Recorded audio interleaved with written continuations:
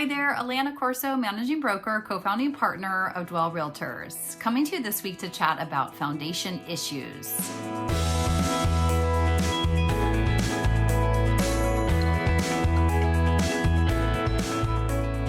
Last week I gave you an overview about the different types of foundations that we see here on the peninsula, and this week I wanted to dive into the common foundation issues that we can see along the peninsula, because as you're either buying or selling a home, because it's one of the biggest structural components of your home, it's important to understand the issues that can arise with foundations.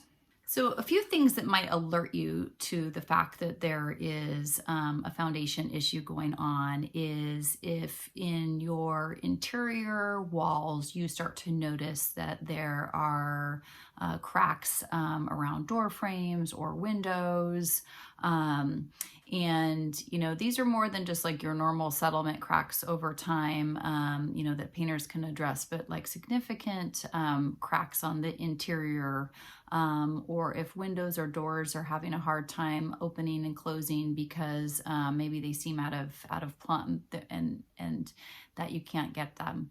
Another telltale sign that there might be issues if there are prolonged periods of standing water in your crawl space. You might also feel as you're walking around a house if the floors feel out of slope or unlevel. Sometimes I say if you can like drop a marble on the floor and you notice that it's rolling in one way or the other, there's typically usually something going on with foundation. So what kind of issues can you have with your foundation? So first and foremost, foundations can crack. You can get vertical and horizontal cracks in foundations. And foundation cracks aren't super uncommon to see.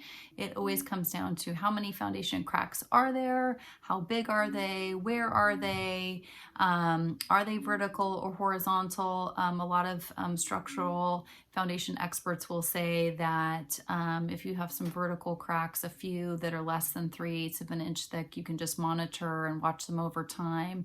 If they're bigger than that, they're probably going to recommend that they be filled with epoxy and strapped and continue to monitor. But it's really kind of like looking and understanding. When you see a horizontal foundation crack, those are fairly uncommon, but that would indicate that the house has shifted in way and could be a big red flag. So it's kind of understanding what types of cracks you have. Another foundation issue that's often called out in property inspections is when they call spalling or inflorescence. So if you see spalling called out, we live in an area with expansive clay soils, and you can have periods of wet and dry in between our summer and winter months.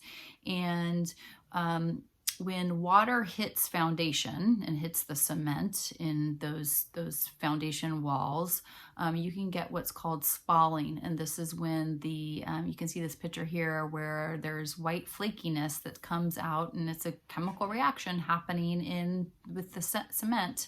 And I know that the structural experts will say that minor spalling isn't a big deal, but if you have major spalling and it can actually degrade your foundation. So they'll do certain tests to determine if the structural integrity of your foundation is still in place. So that's something to watch out for too. Is it major or minor spalling to be looking for? On the more significant side, you can see if a foundation is heaving or twisting. Sometimes you can see portions of the foundation is literally twisting or heaving in sections.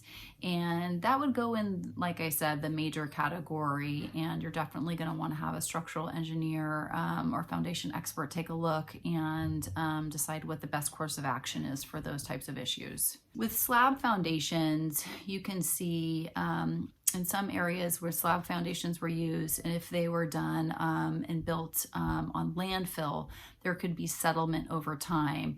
And so this causes, as you can see here, some actual like major displacement and cracks in that slab foundation, which can cause your floors to be unlevel and things, maybe that's where you can't open a door and close the door properly because the foundation has shifted so much because of those big substantial cracks.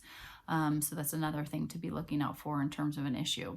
So one of the biggest questions we get asked with these foundation issues is what is causing foundation issues? And as I mentioned previously, we do have expansive clay soils here along the peninsula, and so they expand and contract in those wet and dry periods. And with that, our soils can move, and it can cause, you know, these foundation issues. One of the best ways that you can mitigate against you know, major foundation issues is having good, strong drainage systems in place. Every single foundation report that I've ever read, when they talk, you know, they first have to identify the problem, you know, determine, you know, the severability of the issue, but then it's also like, how do you repair it? But then how do you prevent it from coming back?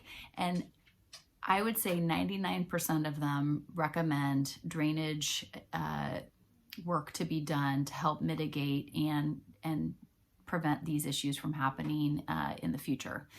So another thing that can cause them is large trees that are close to a foundation. So a large tree can, the roots can absolutely affect the structural integrity of your house. You know, that's always why they recommend not planting trees really close to houses. So that's something that can affect those tree roots. You know, construction quality can also affect and be a cause of foundation issues if it wasn't done. Sometimes you can see like rebar coming through. You know, maybe the person pouring the foundation didn't have a good day, but you know, those actual construction issues, defects can be an issue as well. All in all, the foundations are super important to look at and understand and comprehend in the home buying and selling process. And it's my job to help kind of guide you through the general home inspection, determine if a structural or foundation expert is needed to come out and examine a house. You can really understand what you're getting into to make sure that the structural integrity of the home is good. If you have any questions at any time, you know you can always reach out to me. If you want to subscribe to my YouTube channel, be sure to hit subscribe. And I look forward to seeing you next week. Thank you so much and take care.